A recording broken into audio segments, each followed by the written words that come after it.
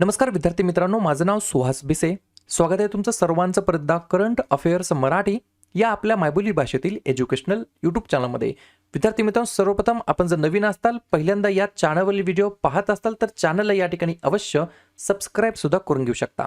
ठीक आहे, चला तर मग आपण आजच्या व्हिडिओला सुरुवात करूया. बिलकुल टाइमपास नका करू, वही आणि पेन घेऊन लगेच बसा.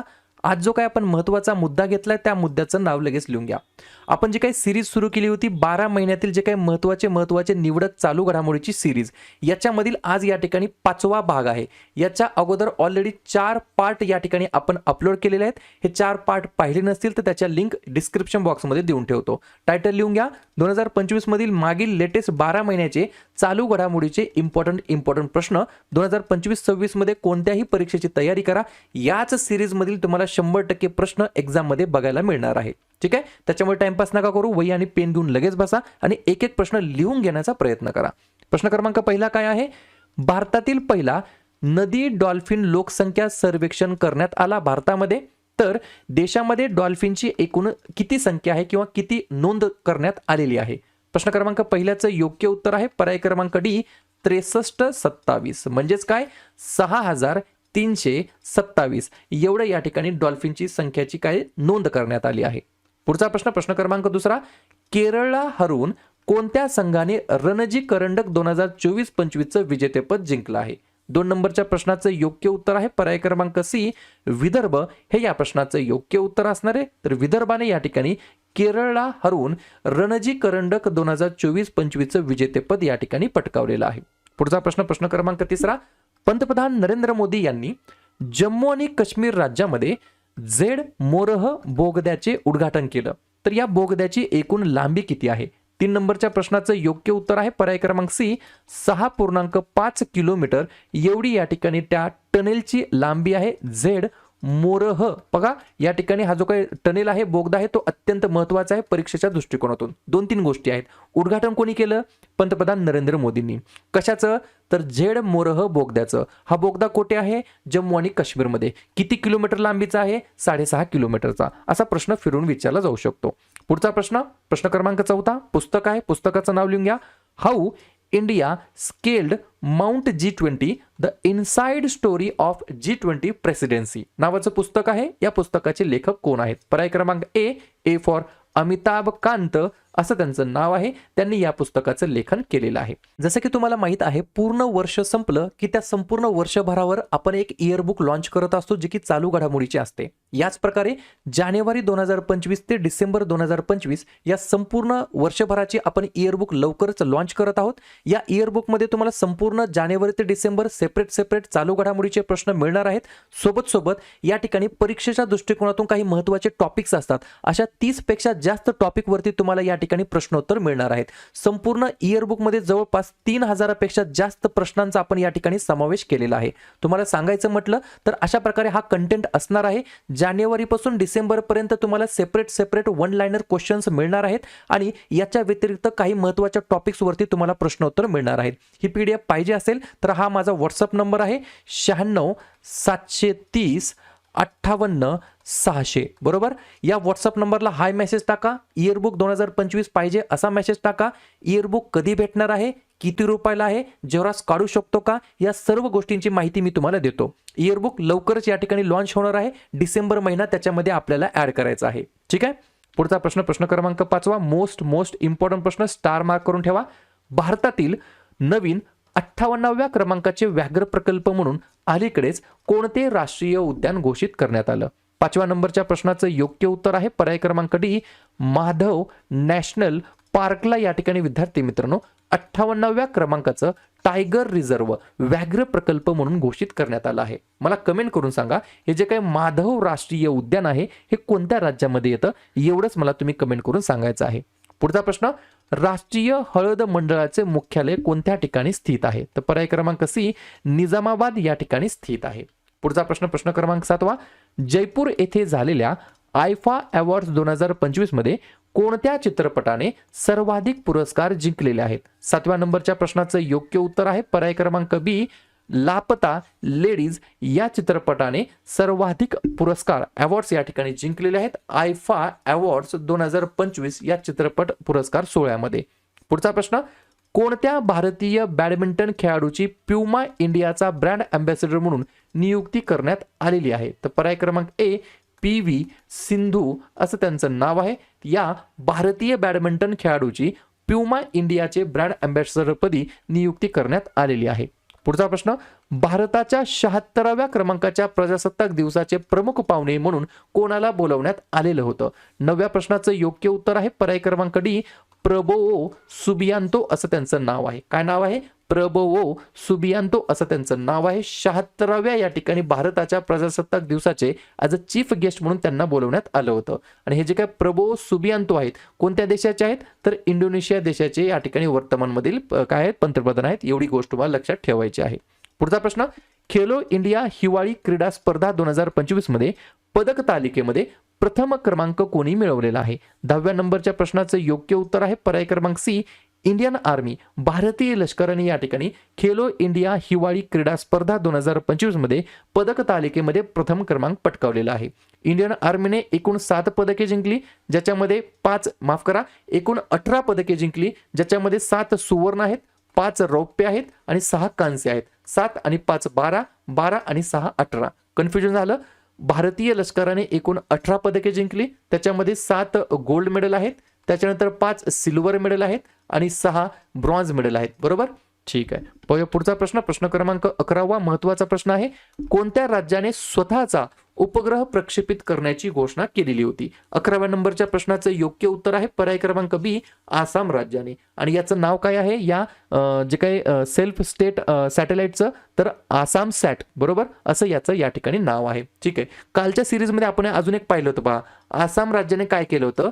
AI अँकर अंकिता नावाचं AI अँकर या ठिकाणी सुरू केलेलं होतं. ही देखील गोष्ट चालता चालता रिव्हिजनच्या स्वरूपामध्ये घ्यायची आहे. पुढचा प्रश्न, युनेस्कोने 2025 या वर्षाला कोणतं वर्ष म्हणून घोषित केलेलं आहे? तर पर्याय क्रमांक ए आंतरराष्ट्रीय हिमनदी संवर्धन वर्ष म्हणून या ठिकाणी घोषित केलेलं आहे. पुढचा प्रश्न, प्रश्न क्रमांक 13वा. भारतामध्ये स्टारलिंक इंटरनेट सेवा आणण्यासाठी कोणत्या कंपनीने स्पेसएक्स या कंपनीसोबत या ठिकाणी काय केलेलं आहे? तर करार केलेला आहे. ही गोष्ट तुम्हाला लक्षात ठेवायची आहे. 13व्या नंबरच्या प्रश्नाचं योग्य उत्तर आहे पर्याय क्रमांक बी एअरटेलने या ठिकाणी विद्यार्थी मित्रांनो स्पेस एक्स या कंपनीसोबत काय केलेलं आहे? तर करार केलेला आहे. कशासाठी? तर भारतामध्ये या ठिकाणी स्टारलिंक इंटरनेट सेवा आणण्यासाठी. पुढचा प्रश्न, 2025च्या जागतिक आनंद अहवालामध्ये भारताचा क्रमांक किती आहे? तर आपल्या प्यारा भारताचा या ठिकाणी 118वा क्रमांक आहे. कशाच्या बाबतीमध्ये? तर जागतिक आनंद अहवालामध्ये. बरोबर, वर्ल्ड हॅपीनेस इंडेक्समध्ये. पुढचा प्रश्न, प्रश्न क्रमांक 15वा. युनेस्कोने अलीकडेच जगातील पाणथळ शहरे यादीमध्ये कोणत्या 2 भारतीय शहरांचा समावेश केलेला आहे? 15व्या नंबरच्या प्रश्नाचं योग्य उत्तर आहे पर्याय क्रमांक डी इंदोर आणि उदयपूर या 2 शहरांचा या ठिकाणी युनेस्कोने अलीकडेच जगातील पाणथळ शहरांच्या यादीमध्ये समावेश केलेला आहे. पुढचा प्रश्न, प्रश्न क्रमांक 16वा.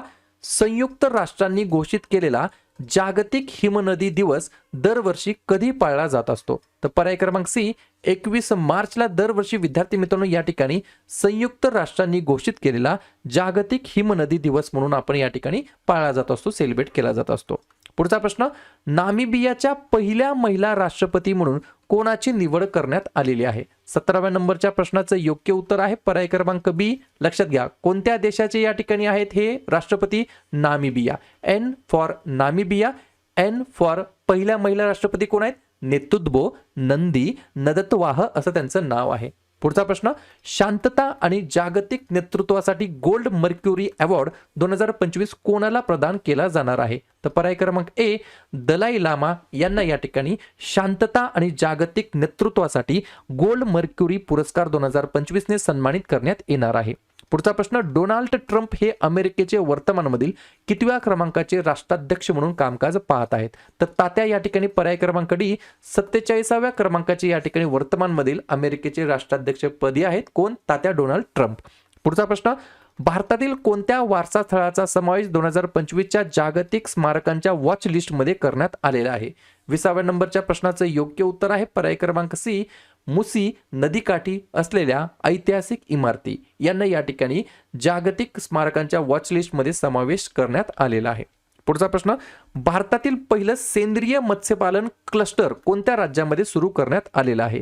21 नंबरच्या प्रश्नाचं योग्य उत्तर आहे पर्याय क्रमांक डी, सिक्कीम राज्याच्या अंतर्गत इंडियाज फर्स्ट सेंद्रिय मत्स्यपालन क्लस्टर या ठिकाणी सुरू करण्यात आलेलं आहे. तुम्हाला आठवते, सिक्कीम हेच राज्य या ठिकाणी देशातील 100% ऑर्गॅनिक फार्मिंग करणारं देशातील पहिलं राज्य ठरलं आहे आणि लक्षद्वीप हे या ठिकाणी 100% ऑर्गॅनिक फार्मिंग करणारं देशातील पहिलं केंद्रशासित प्रदेश ठरलेलं आहे. या गोष्टी सुद्धा एक्स्ट्रा लिहून घ्यायच्या आहेत. पुढचा प्रश्न, कोणते राज्य हरित GDP साठी परिसंस्थेचे मूल्यांकन करणारे देशातील पहिलं राज्य बनलेलं आहे? तर पर्याय क्रमांक सी फॉर छत्तीसगड हे या प्रश्नाचं योग्य उत्तर असणार आहे. पुढचा प्रश्न, प्रश्न क्रमांक 23वा, कोणत्या पश्चिम बंगाल संघाने कोणत्या संघाला हरवून संतोष ट्रॉफी 2024चं विजेतेपद जिंकलेलं आहे? लक्षात घ्या, पश्चिम बंगाल संघाने कोणत्या संघाला हरवून संतोष ट्रॉफी 2024चं विजेतेपद जिंकलेलं आहे? तर पर्याय क्रमांक बी, केरळचा या ठिकाणी पराभव करून पश्चिम बंगालने संतोष ट्रॉफी 2024चं विजेतेपद जिंकलेलं आहे. पुढचा प्रश्न, 2025च्या ग्लोबल फायर पॉवर इंडेक्समध्ये भारताचा क्रमांक किती आहे? तर आपल्या भारताचा या ठिकाणी 4था क्रमांक आहे. कशामध्ये? ग्लोबल फायर पॉवर इंडेक्सच्या यादीमध्ये. पुढचा प्रश्न, प्रश्न क्रमांक 25वा, 2025च्या खो खो विश्वचषकामध्ये महिला आणि पुरुष गटाचे विजेतेपद कोणी जिंकलेलं आहे?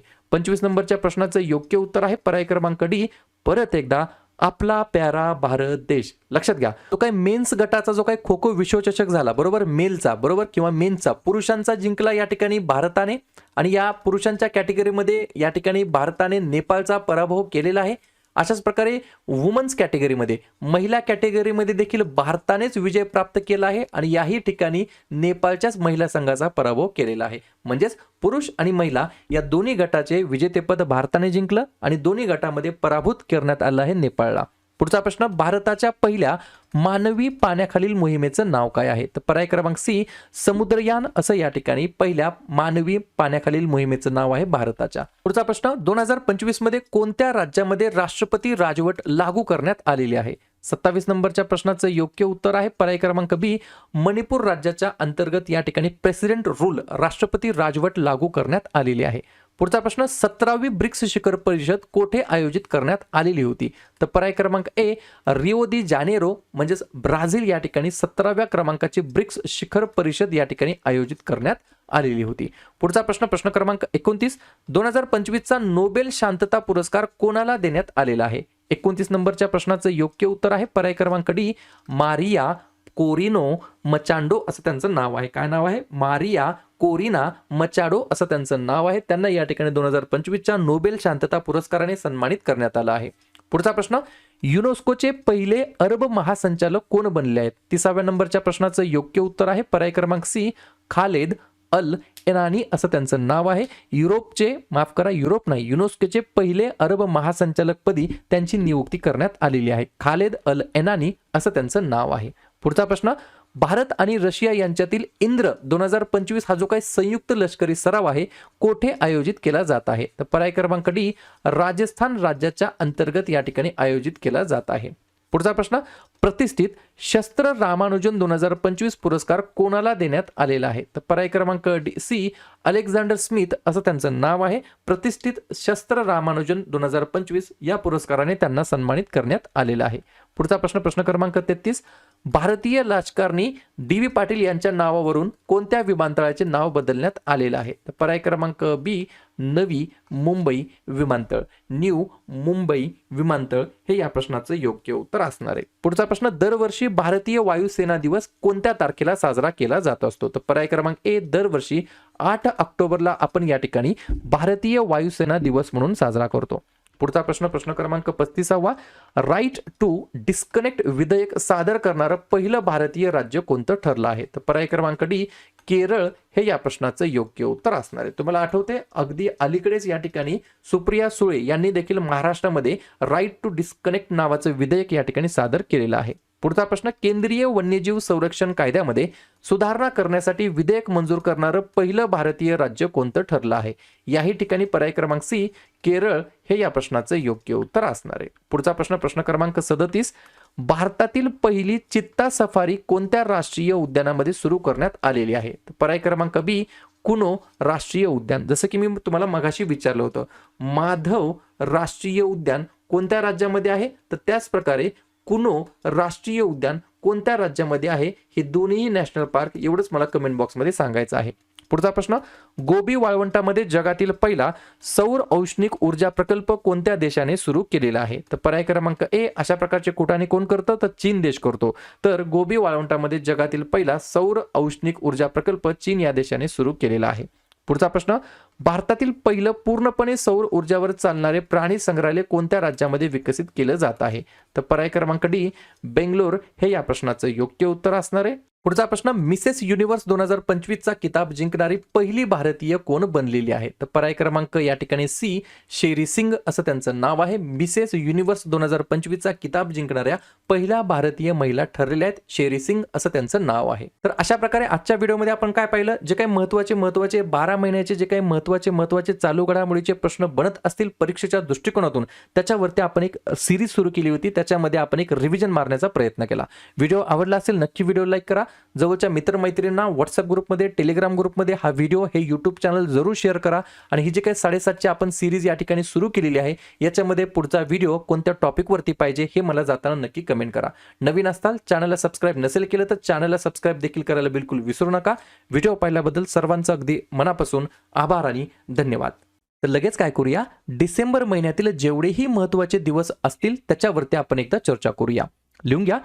1 डिसेंबरला जागतिक एड्स दिवस, 2 डिसेंबरला राष्ट्रीय प्रदूषण नियंत्रण दिवस, गुलामगिरीच्या निर्मूलनासाठी आंतरराष्ट्रीय दिवस आणि जागतिक संगणक साक्षरता दिवस, 3 डिसेंबरला जागतिक दिव्यांग दिवस आणि राष्ट्रीय वकील दिवस, 4 डिसेंबरला भारतीय नौदल दिवस आणि आंतरराष्ट्रीय चित्ता दिवस, 5 डिसेंबरला आंतरराष्ट्रीय स्वयंसेवक दिवस आणि जागतिक माती दिवस, 6 डिसेंबरला महापरिनिर्वाण दिवस, 7 डिसेंबरला सशस्त्र सेना ध्वज दिवस आणि आंतरराष्ट्रीय नागरी विमान वाहतूक दिवस, 9 डिसेंबरला आंतरराष्ट्रीय भ्रष्टाचार विरोधी दिवस, 10 डिसेंबरला मानवी हक्क दिवस आणि अल्फ्रेड नोबेल यांची पुण्यतिथी, 11 डिसेंबरला आंतरराष्ट्रीय पर्वत दिवस आणि युनिसेफ दिवस, 14 डिसेंबरला राष्ट्रीय ऊर्जा संवर्धन दिवस, 16 डिसेंबरला विजय दिवस, 18 डिसेंबरला भारतातील अल्पसंख्याकांचा हक्क दिवस, 19 डिसेंबरला गोवा मुक्ती दिवस, 20 डिसेंबरला आंतरराष्ट्रीय मानव एकता दिवस, 22 डिसेंबरला राष्ट्रीय गणित दिवस, 23 डिसेंबरला किसान दिवस, 24 डिसेंबरला राष्ट्रीय ग्राहक हक्क दिवस आणि 25 डिसेंबरला भारतामध्ये सुशासन दिवस म्हणून आपण साजरा करतो. क्लिअर? तर लगेच काय करूया, नोव्हेंबर महिन्यातील जेवढेही महत्त्वाचे दिवस असतील त्याच्यावरती आपण एकदा चर्चा करूया. लिहून घ्या. 5 नोव्हेंबर जागतिक सुनामी जागरूकता दिवस आणि गुरु नानक जयंती, 7 नोव्हेंबर राष्ट्रीय कर्करोग जागरूकता दिवस, महाराष्ट्रामध्ये विद्यार्थी दिवस म्हणून, 8 नोव्हेंबर जागतिक रेडिओग्राफी दिवस, 9 नोव्हेंबर राष्ट्रीय कायदेशीर सेवा दिवस, 10 नोव्हेंबर शांतता आणि विकासासाठी जागतिक विज्ञान दिवस, 11 नोव्हेंबर राष्ट्रीय शिक्षण दिवस आणि युद्धविराम दिवस, 12 नोव्हेंबर जागतिक निमोनिया दिवस, 13 नोव्हेंबर जागतिक दयाळूपणा दिवस, 14 नोव्हेंबर जवाहरलाल नेहरू यांचा जन्मदिवस भारतामध्ये बालदिवस म्हणून आणि जागतिक मधुमेह दिवस, 15 नोव्हेंबर बिरसा मुंडा जयंती, 16 नोव्हेंबर आंतरराष्ट्रीय सहिष्णुता दिवस, 17 नोव्हेंबर आंतरराष्ट्रीय विद्यार्थी दिवस, 19 नोव्हेंबर जागतिक शौचालय दिवस आणि आंतरराष्ट्रीय पुरुष दिवस, 20 नोव्हेंबर सार्वत्रिक बाल दिवस, 21 नोव्हेंबर जागतिक दूरदर्शन दिवस, 25 नोव्हेंबर महिलांवरील हिंसाचार निर्मूलनासाठी आंतरराष्ट्रीय दिवस, 26 नोव्हेंबर भारताचा संविधान दिवस आणि राष्ट्रीय दूध दिवस आणि 28 नोव्हेंबर महात्मा फुले पुण्यतिथी. क्लिअर? तर लगेच काय करूया, ऑक्टोबर महिन्यातील जेवढेही महत्त्वाचे दिवस असतील त्याच्यावरती आपण एकदा चर्चा करूया. लिहून घ्या.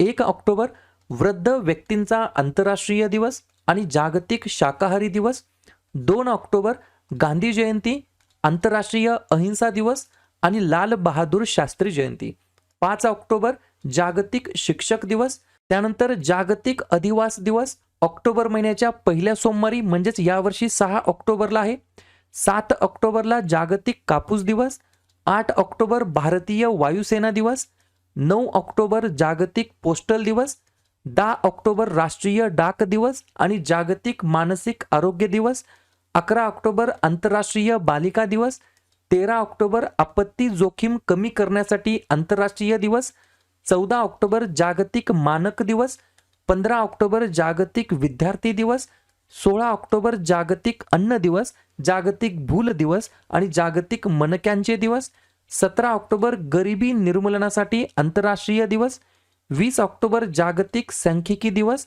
21 ऑक्टोबर पोलीस स्मृती दिवस, 24 ऑक्टोबर जागतिक पोलिओ दिवस, संयुक्त राष्ट्र दिवस आणि 31 ऑक्टोबर या ठिकाणी राष्ट्रीय एकता दिवस म्हणून आपण साजरा करतो. ठीक आहे.